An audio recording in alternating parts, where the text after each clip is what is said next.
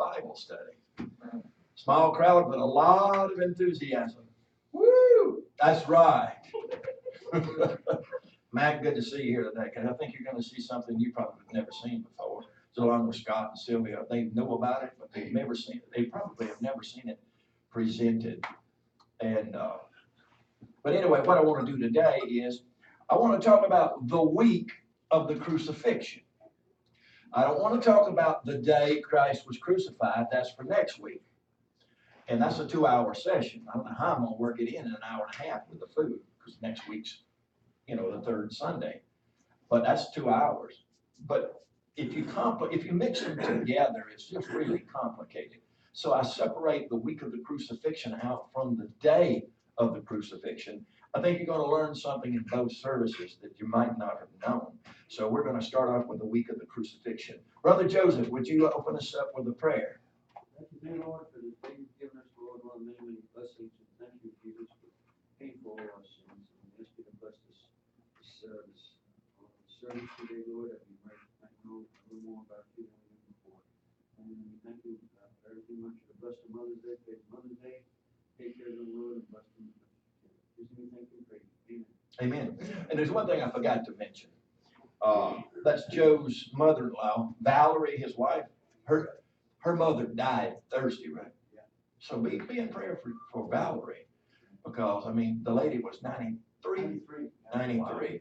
So, yes, people in a lot of cases are living longer, but sometimes they're not, like in automobile accidents and those kind of things. So what they need to do, of course, before we even get started in this, is trust the gospel of the grace of God. You can have all this information in the Bible unless you know the gospel and have trusted the gospel. It's a heart thing, not a head thing. Then you're doomed and damned and headed to eternal condemnation in hell. And it's so simple. The Lord made it so easy for people to trust the gospel. But it's their own pride that gets involved in this thing, thinking they can help him because they've been taught that before. Back to the service. If you would, go over to Genesis chapter 1. Now, I know you're looking at the board. I'm going to explain it after we get through with this little section here. What we're dealing with here is going to be the Jewish calendar. And that's what took place at the time of the crucifixion and the week of the crucifixion. It is a Jewish calendar. It's not the Julian calendar that we use. There is not an exact calendar anywhere in the world that's correct. If you know of it, you can point me to it. If you just do a search on calendars, you're going to find out there ain't none of them alike. So, with that in your knowledge, in Genesis chapter 1, verse 4, and these words are so important. And God saw the light, that it was good. And God divided the light from the darkness. Now we know two things. There's light and darkness. Now common sense, every day when we wake up, it's probably going to be dawning light, a little mixture of darkness coming from it. But the day grows on and there it is, solid light. And then as the night goes or comes and the day fades out, what do you have? Darkness. So it's a common thing that we know. Now, verse 5, and God called the light day. Now this is a significant term. Come on in. Day. You see it's capitalized with a capital D. Now what is meant by that? Let's continue reading. And the evening and the morning were the first day. But he called the light day. That's going to be significant. At the very end of this, I'm going to show you something based upon the scriptures when he called the light day. We call the light day, don't we? We also call the light and the dark day. But that's two separate things I want you to see. And God called the light day, and the darkness he called, capital N, night. And the evening and the morning were the first day. Now, what did he mean by that? Here's what in the Jewish calendar that takes place. And this is what I've got. Let me explain this. 6 p.m. starts a Jewish day. The evening, the Bible just said, comes first. So 6 p.m. I should write it on all of them, I guess. 6 p.m. Even though it's self-explanatory.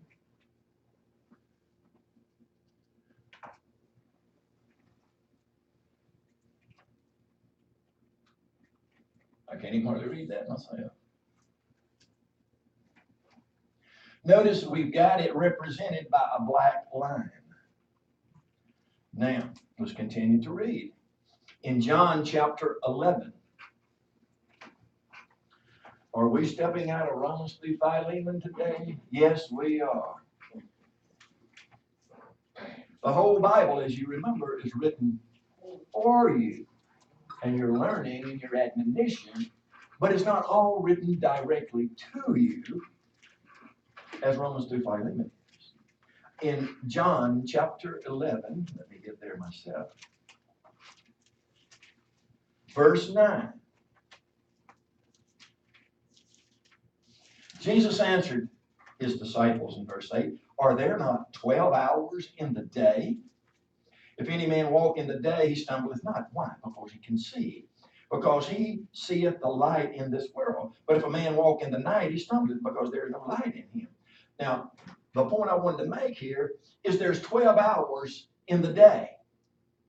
You remember what we just read in Genesis without capital D? The light was a capital D, day.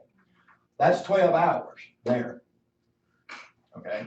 So if the light is 12 hours, the dark is 12 hours. There's a 24-hour day. That's the whole point about this. Now, what I'm going to show you here is this represents from 6 p.m., just logic, the darkness to 6 a.m. 6 a.m. And I'm not going to put it all out there. You know that's what it is now, right? So, this is 6 p.m. over here. So that concludes a 24-hour day. Now, I want you to go, as we've established this Jewish calendar, evening comes first. We've got the dates and the time set up here.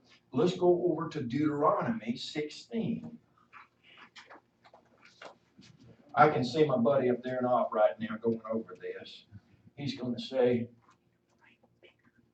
well, why aren't you in Romans 3:5? Aren't you a gospel preacher? Yes, Matt. How is it you came up with the 6 p.m.? I mean, is that just kind of the end of it? No, the evening. Genesis said so. The evening begins, and we just hang on to that. You'll see it as we go, I think. Yeah. It's all through the Old Testament, but if I don't answer it before the end of it, let me know, okay? Because I want to come back to it. See, this is something I'm going to talk about later, but I'll mention it right now. I won't talk about it today. But the night periods, this 12-hour period right here, is divided into 4 3-hour segments. One of them is called the evening, or even. The Bible says even. That's evening. That's 3 hours. One is called the cock crowing. Okay, the one is called the midnight, and the other is called morning. All in the 12-hour, the 12 complete hours of 4 periods of 3 hours each. And I'm going to give you a reference on it, but I'm not going there today to talk about it. We'll talk about it more on the day of because it's more applicable when we get to the actual crucifixion of Christ next week. Now, that's Mark 13. You want to take a look and you're going to see those 4-hour periods. Now, what I want you to do first now is let's read Deuteronomy 16:1. We're talking about the Passover, correct? We're talking about Christ being crucified, even though we're not going to do it today. We're talking about the week that leads up to it and the time period right after it. In Deuteronomy 16:1, the Lord said, observe the month of Abib and keep the Passover unto the Lord thy God. For in the month of Abib the Lord thy God brought thee out of Egypt by night. Now, we may touch over on Exodus chapter 12 here in a few minutes, but I want you to see the Passover is in the first month of the Jewish calendar, and it's called Abib, A-B-I-B. Okay, we got that one? Now, I want to show you this. So we're going to put Abib up here. Abib. I don't know if you can see that. Can you see that, Trish, back there? You can't. Okay, but I just wrote Abib on the board. Now, I want you to go to Esther chapter 3. You can go to, I believe it's Proverbs, back it up one, that's Job, back it up another, and that should be Esther.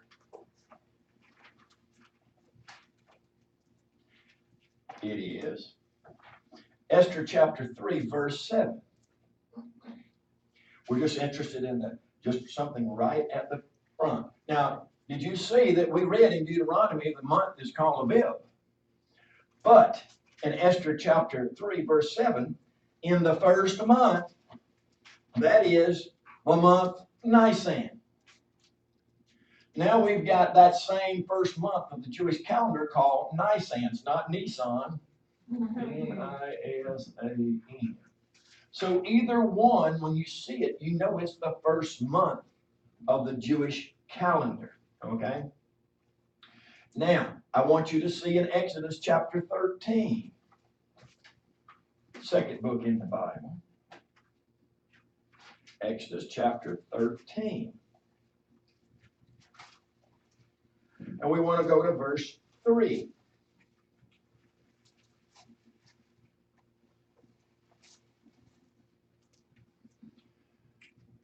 And Moses said unto the people, remember this day. Well, what was he doing? He was telling the people of Israel what the Lord God wanted them to know. He was their spokesman.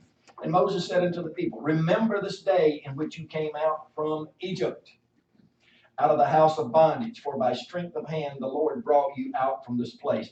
There shall be no leavened bread be eaten. That's an important factor. No leavened bread be eaten. Okay, we're going to talk more about that. Let me look at this reference that I've got here.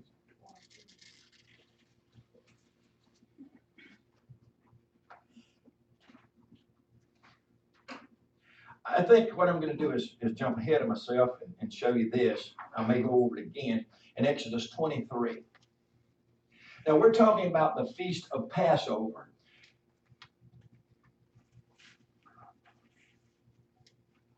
Now, in Exodus 23, verse 14, there's 3 feasts that the Jewish men have to keep every year religiously. In verse 14 of Exodus 23 says, 3 times thou shalt keep a feast unto me in the year. Thou shalt keep the feast of unleavened bread. The unleavened bread begins the day after the preparation day or the Passover day. So you should keep the feast of unleavened bread. And in verse 15, let's just read it. Thou shalt keep the feast of unleavened bread. Thou shalt not eat unleavened bread 7 days as I commanded thee in the time appointed of the month Abib. For in it thou camest out from Egypt, and none shall appear before me empty.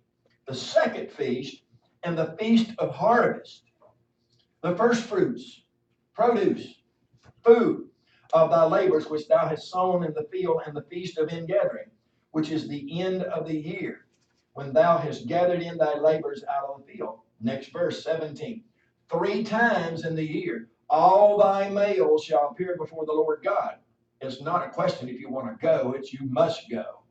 Okay? Now, I jumped ahead of myself, but that's okay. How many people were at this feast in Jerusalem at the Passover? Come on in, guys. How many people were at this feast? Estimates of the Jewish people, the Jewish elders say they were approximately, and this is not scripture, approximately 2,700,000 people there. Would you think back in AD 33 that there'd be 2 million? Yes. They come from all over the place. They have a Feast of Tabernacles. Yes. Now, I want to show you, but that's a lot of people, isn't it? A lot of people. And later on, as we get, a lot of people wanted to see who this Jesus Christ was. They didn't know who he was, but that's for another day. Now, the Feast of Unleavened Bread is what we're talking about. Go over to Luke. I hope. 28, excuse me, 22:1. What'd you say, Scott? 1831.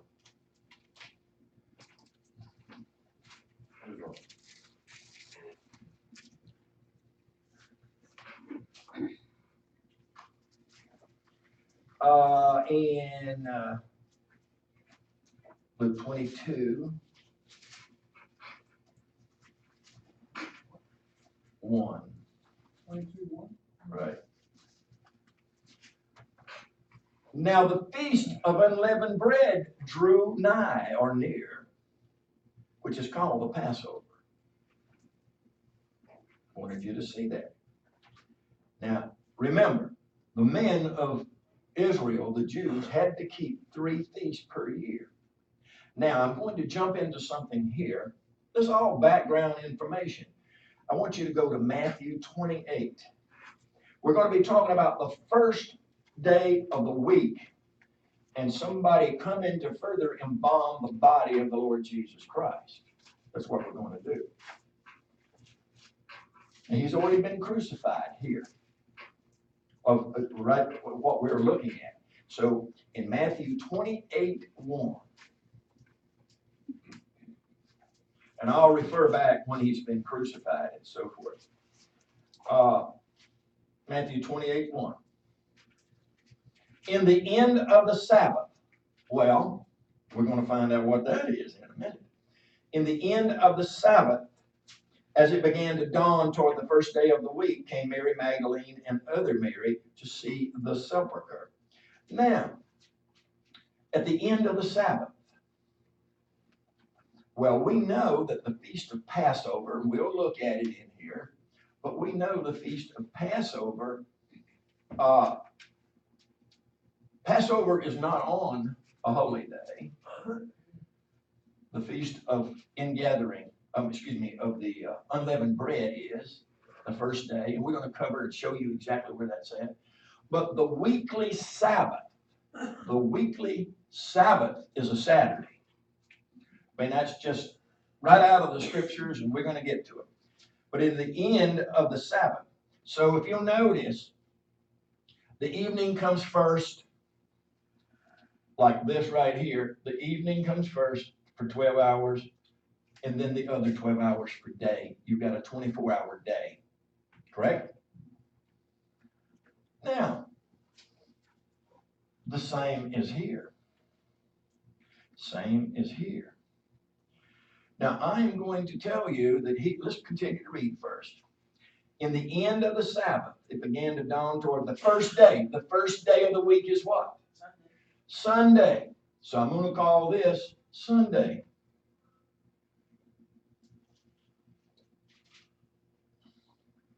Came Mary Magdalene and the other Mary to see the sepulchre. Well, if this is Sunday, this has to be Saturday. It's also the Sabbath. This is the day every week of day of rest. First day of the week is Sunday. So what did it say? At the end of the Sabbath. This is the Sabbath right here. So right here, at the end of the Sabbath, they came. Mary Magdalene and the other Mary. They came. And what did they do? To see the sepulchre. So they came at the end of the Saturday, the Sabbath. Now the beginning of the new day, it could have been at 5:59 they came at the end of the Sabbath. But the new day, the first day of the week, started at 6 p.m. Anybody lost? Where you at, Mac? Okay. okay, the Sabbath is not Sunday. No, Sabbath is always a Saturday. Sunday is the first day of the week. Just look at your calendar at home, you'll find out. It starts with a Sunday and it goes through. Yes, sir. So 6 p.m. Saturday night. Saturday night, right here, starts Sunday in the Jewish calendar. Gotcha. What you got? And the Sabbath starts Friday at sundown and it goes till Sunday, or Saturday. 6 p.m. 6 p.m. Right. Go ahead. Starts at sundown. Yes. If you go to Beth, Israel, or anyways, in Pensacola, and, anyways, there, the synagogue there, they've got it posted on their door when the Sabbath starts. Seventh day. But the seventh day is a Sunday. Excuse me, is a Sabbath. I'm getting confused with the Sunday stuff. First day of the week is a Sunday. Okay. Here, we got that? Okay. Now, some of you might not have come in when I first said this, but the beginning of a Jewish day starts at 6 p.m. and it starts in the evening. And it goes 24 hours, 12 hours of darkness, 12 hours of light. That's considered one day also. Now, in Mark 16, let's look at it.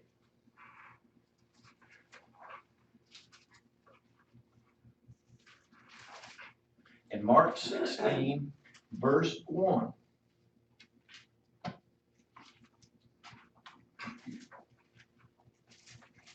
Now, I've got to explain some things here.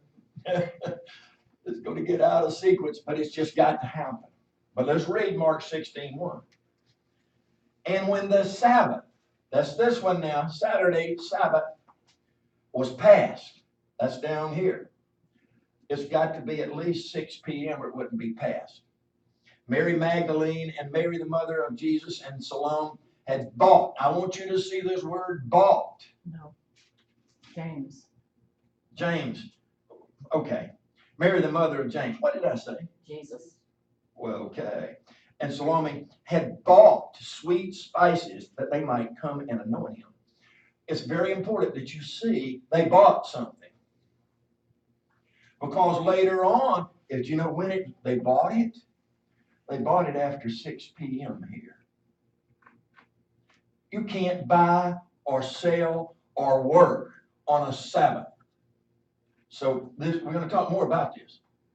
But right there, they bought sweet spices that they might come and anoint him. To me, this is one of the scriptures that just alleviates him being crucified on a Wednesday. Just tears it up. Now, let's read the next verse. And very early in the morning, but Mark 16:2, the first day of the week, right here, they came into the sepulchre at the rising of the sun. So, right here, early in the morning, at the rising of the sun, right at the end of that night, at the beginning of dawn. That's what it's talking about. Dawn. They came into the sepulchre at the rising sun. So we know those people that we just talked about were right here. They went to his grave, his sepulchre, where they had him with a stone rolled over and a guard on it at that time. Now, in John chapter 20, verse 1. Just follow along, guys.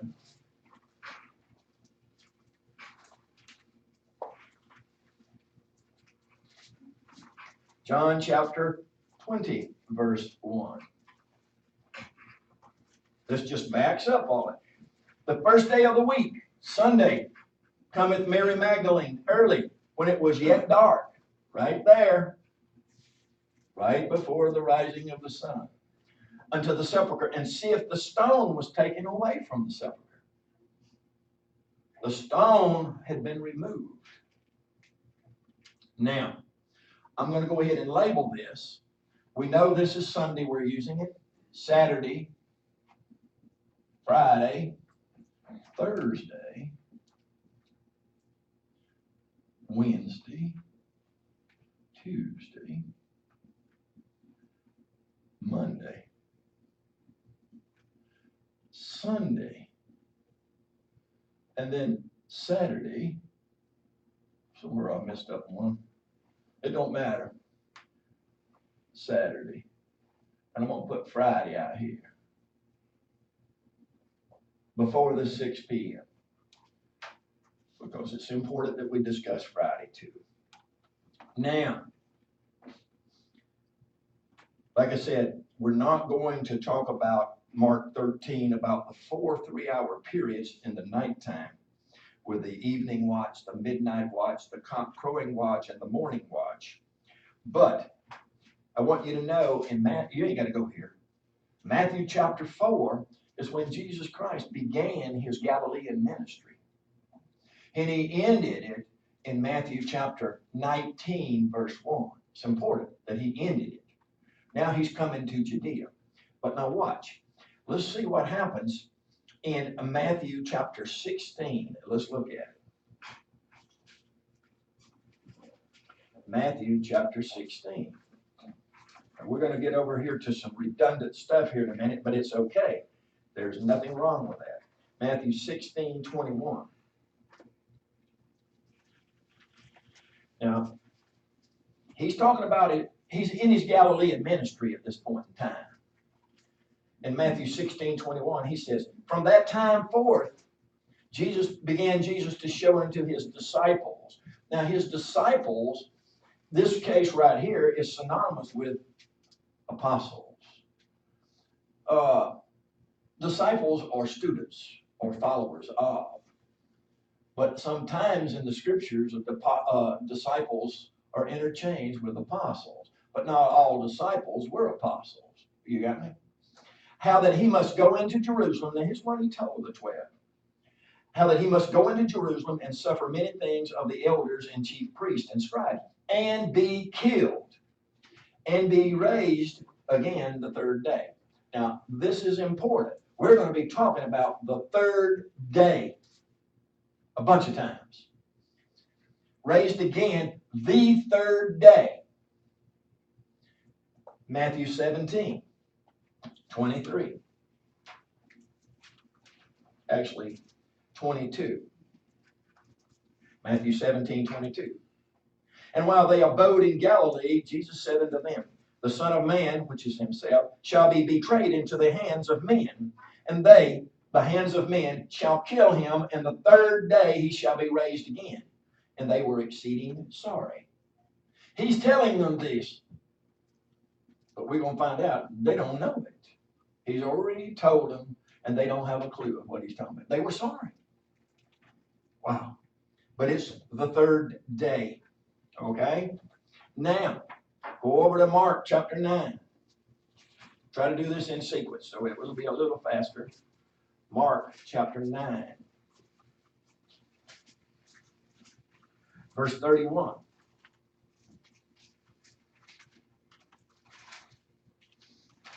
For he, that's Jesus, taught his disciples and said unto them, the Son of Man is delivered into the hands of men, and they shall kill him. And after that he is killed, he shall rise the third day. The third day. Important. Mark chapter 10, verse 34.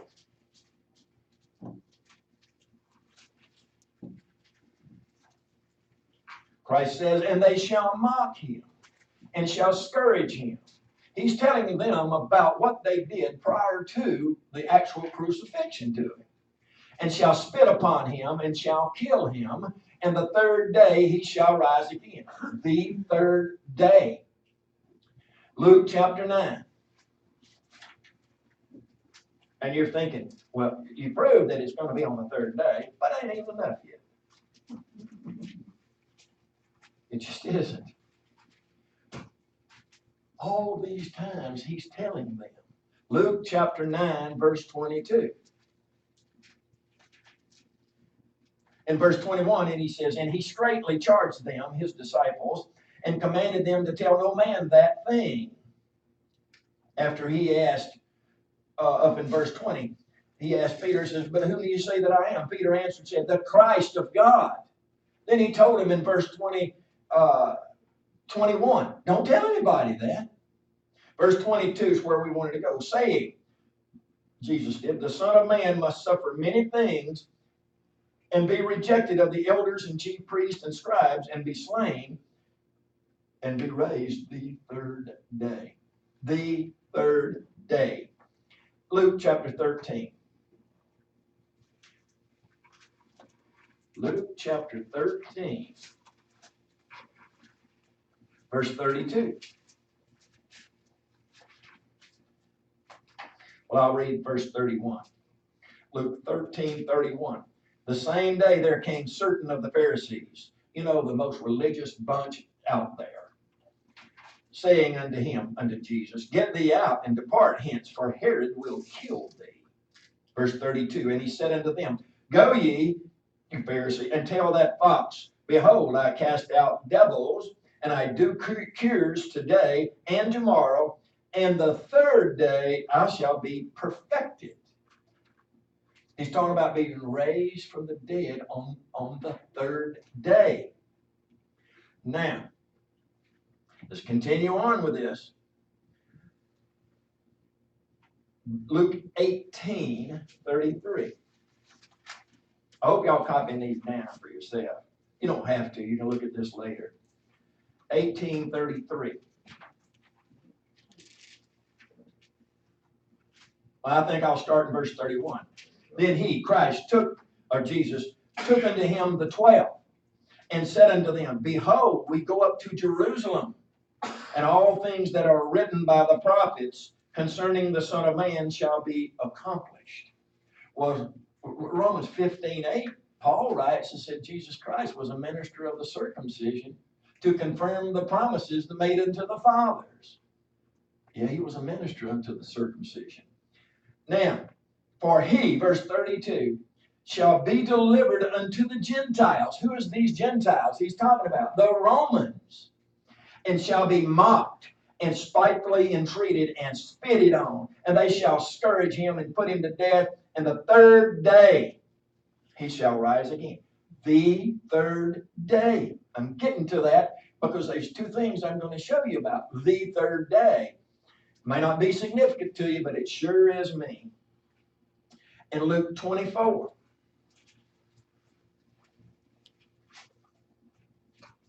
I bet right now you didn't know, and even though you read it, you didn't know that there was this many verses that said he was going to rise on the third day. Before I did this study, I didn't know it either. So it's amazing to me how many times he told these people and they didn't have a clue. Still didn't believe it. They still didn't believe it. Luke 24. Let's look at verse 7.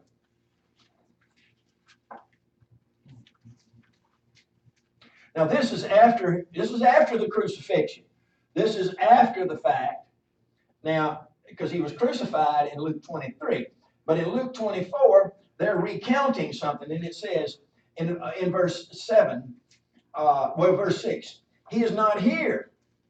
Because they already went out, according to the first verse, they went out the first day of the week, early in the morning, and he was gone. He's not here, but he's risen in verse 6. Remember how he spake unto you when he was yet in Galilee? Remember his Galilean ministry? He was telling of this in his Galilean ministry. Verse 7, saying, the Son of Man must, it's what Christ said. Now, I want you to look at this right here. Is anybody's Bible got this in red? Yeah, mine. 4 of you? 5, 6, 7? Mine's black. Mine's black. Okay? There's a discrepancy in the King James. It ain't a mistake. It's the publisher messed it up. I'm going to show you another place. Saying the Son of Man must be delivered into the hands of sinful men and be crucified, and the third day rise again. They were remembering what he said. They still didn't believe it. Now, the reason I brought that up, there's another verse we're going to go to here. If you'll notice, the reason I believe that it shouldn't be in red is the fact these people were saying what they had remembered.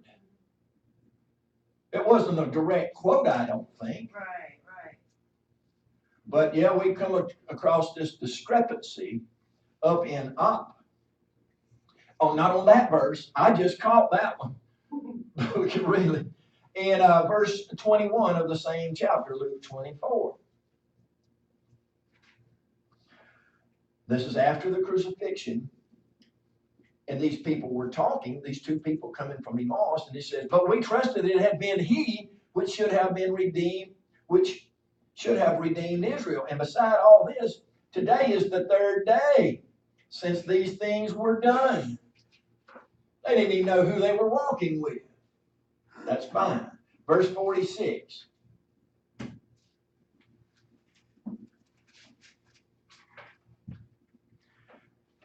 In verse 45, after the crucifixion, Christ said this. In verse 45, he didn't say this. Then opened he their understanding that they might understand the scriptures. After nobody knew it, that he was going to be crucified. But in verse 46, and said unto them, he did, thus it is written, and thus it behooved Christ to suffer and to rise from the dead the third day. Now, you know, well, absolutely you know, but I'm going to tell you anyway. It's not in my notes to do, but I'm going to in 1 Corinthians chapter 2. Why those 12 didn't know it.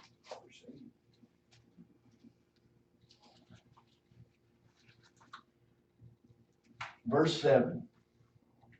But we speak of 1 Corinthians chapter 2, but we speak the wisdom of God, Paul says, in a mystery, even the hidden wisdom which God ordained before the world unto our glory, which none of the princes of this world knew. For had they known it, they would not have crucified the Lord of glory. If he had let those 12 known it, Satan would have known it. The crucifixion wouldn't take place and we wouldn't be here today. So anyway, he told them, and you know why he told them? He told them for our reason, to read this. But he told them for their reason, so after he enlightened them, they would understand. Most definitely he was risen from the dead, and he was the Christ. A lot of things taking place here. I want you to go over to Matthew chapter 27. This may be a little bit different than what we just read. Matthew 27. And I think I want to start in verse, I'll read it again later. Start in verse.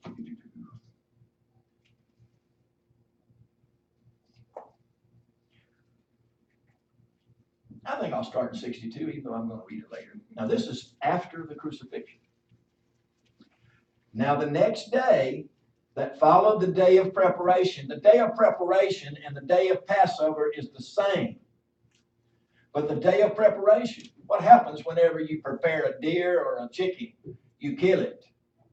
You get it ready to be eaten.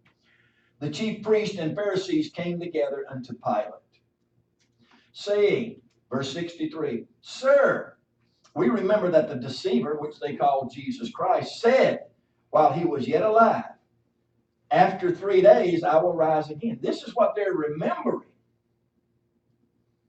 And he says, command therefore that the sepulchre be made sure until the third day. In other words, once they crucified Christ, these Pharisees and chief scribes, they did remember it the third day. The other people, the 12, didn't, but they remembered it.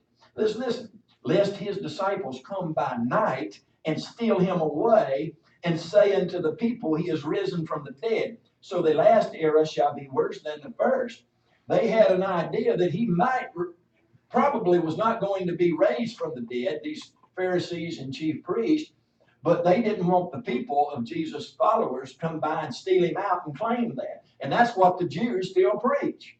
And they hired somebody, as we know from the scriptures, to come by and say, hey, witnesses, they give them money and so forth, and said, hey, somebody come in the middle of the night and stole him away. And that's the way it's taught in the Jewish religion today. So, he's never come. Jesus Christ hasn't, not to them. But in reality, he has. Now, I wanted you to look back up in verse 63. After 3 days, I will rise again. How many people got that in red?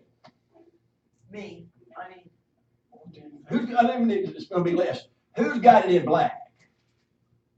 1, 2, 3, 4, 5. You see another discrepancy here? How can it be in red in somebody's Bibles and black in some others? So, and it's all a King James, 1769, not 1611. It's the same dead burn thing, only the corrections had been made with punctuations, etc. In the 1611, some of the spelling had been changed. And now we got a Bible here that those publishers who made mistakes, you can see it right here. We got a discrepancy right here in this room. Okay? The Bible's not wrong. That's what happens when man tampers with the Word of God. He didn't change the meaning, but he did change the meaning if you believe he said it in red. I believe it's just like it was before. I could be wrong. But at least you're aware of these two situations, okay? That's what I wanted to do, is make you aware. Now,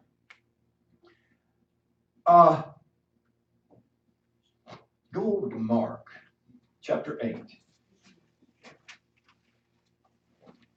Mark chapter 8. And this is where something is different than all the other scriptures that we just read about the third day. And I had this brought to my attention, and I had to deal with it. And I can deal with it, and we'll deal with it once we get to the board. Mark chapter 8, verse 31.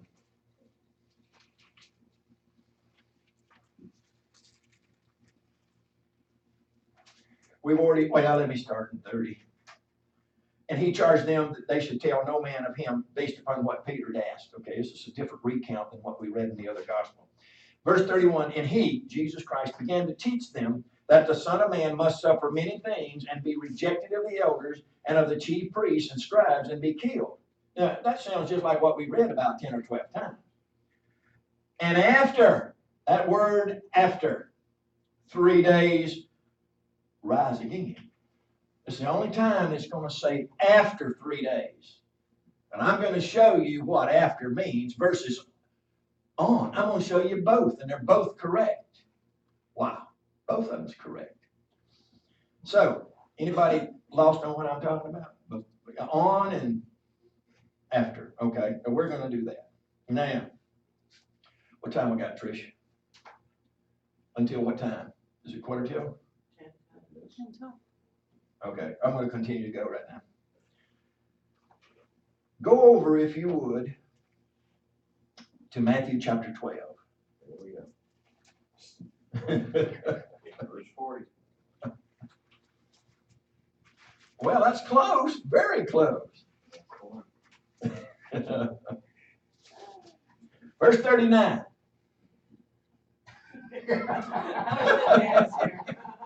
Actually, let's start in 38. Then certain of the scribes and of the Pharisees answered, saying, Master, that's Jesus, we would see a sign from thee. But he answered and said unto them, an evil and adulterous generation seeketh after a sign, and there shall be no sign be given to it but the sign of the prophet Jonas or Jonah. It's Jonah to me. For as Jonah was 3 days and 3 nights in the whale's belly, so shall the Son of Man be 3 days and 3 nights in the heart of the earth. What is the heart of the earth? It's down into the center of the earth, the heart of the earth, the center of something. He went to hell. He went into the lower parts of hell, in mire and clay. But he did all that for you. And he went down there and he got circumcised with a circumcision made without hands. And those sins of yours were cut away, and the sins of the world were cut away from Jesus Christ when he took them from you. And then he came back up. And then we can talk about ascending and descending of Ephesians 4, but we're not going to do it right now. But you just need to know that he shall be in 3 days and 3 nights in the heart of the earth. It didn't say 3 days and so many hours, as the Wednesday group has this thing. And you can't take away from what the scripture says. It says 3 days and 3 nights. I want to make that very clear. Now, I want to go to Leviticus 23. I think. Maybe not. I've got the days here, but I don't have any.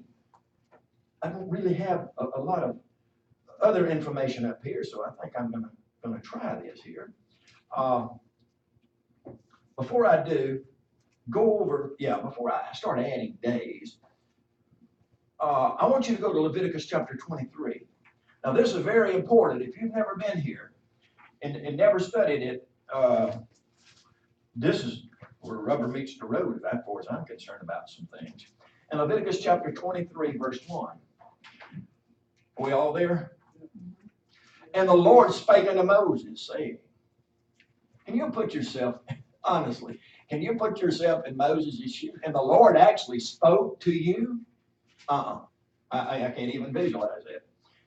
Speaking to the children of Israel. It didn't say speaking to the people in the mystery dispensation of the grace of God. It said speaking to the children of Israel. And say unto them, concerning the feast of the Lord, which you shall proclaim to be holy convocations. Even these are my feasts. We're going to see what a holy convocation is. In verse 3, 6 days thou shall work be done. That's Sunday through the Sabbath, Saturday. But the seventh day is the Sabbath of rest and holy convocation. That Saturday, this right here, this Sabbath that I've got listed here, is a day of rest. Well, look, in Genesis, God created the heaven and the earth in what? 6 days. He rested on the Sabbath, the seventh day. Now, 6 days shall work be done, but the seventh day is the Sabbath of rest and holy convocation. You shall do no work therein. It is the Sabbath of the Lord in all your dwellings. When he said, thou shalt do no work, he meant it. We're going to get to a point and show you what he means. Verse 4, these are the feasts of the Lord, even holy convocation. There's 7 feasts, but there are 3 feasts that all the Jews had to go to. And the first day of every one of them is a holy convocation. And it only happens once a year. It's called the yearly Sabbath. We have a weekly Sabbath, which is Saturday. But the holy convocation, called a high day in the scriptures, is a Sabbath in itself. And it's so important that you understand that no work can be done. Verse 5 of Leviticus 23. In the 14th day of the first month at evening. When is that? That's the month of Abib or Nisan. At evening, at 6 p.m., is the Lord's Passover. Oh. Now, in the 14th day of the first month, at evening is the Lord's Passover. Well, we know that he was supposed to be in the ground 3 days. And when they went out to the tomb here, early in the morning, he was gone. His whole body was gone. So, if he come out of the ground, or when they went out there, he was gone. So we got to do something here. I'm going to just show you the 17th. That's what I'm going to call this right here. The 17th. Because we know he was gone. I'm going to say this is the 16th, the 15th, the 14th, 13th, 12th, 11, 10, 9, and then over here in the corner is the 8th. It looks just like these other days. It just didn't have enough room. So, if he was crucified, and he was at 3 p.m. on a Thursday, right there, they had to get him into the ground before 6 p.m. Why? We just read that the unleavened bread, the first day of unleavened bread, is a holy convocation every year. So that makes this a Sabbath. Well, you see 2 Sabbaths together, don't you? So look, if this is the case, Jewish tradition preaches this, that those 3 hours, they had to get him in the ground. Those 3 hours from his crucifixion to 6 p.m., they couldn't leave him hanging up. And we're going to talk all about it. They couldn't leave him hanging up. But if you'll notice, that's one. Let me make sure we get it right. That's one day. This is another day. This is another day. That's 3 days that the Bible said he'd be in the heart of the earth, like in the belly of the whale. So you got 3 hours of this, it's counted as a full day. Because if you backed it up and put it on a Wednesday, as some people do, he's in the ground 3 days plus 3 hours. It can't be more. The Bible didn't say it was 3 plus. He said 3 days and 3 nights. So I've got it. That piece counts. There's the night. Now we're talking a 24-hour period here. But let me continue. Let's take a break. We'll come right back.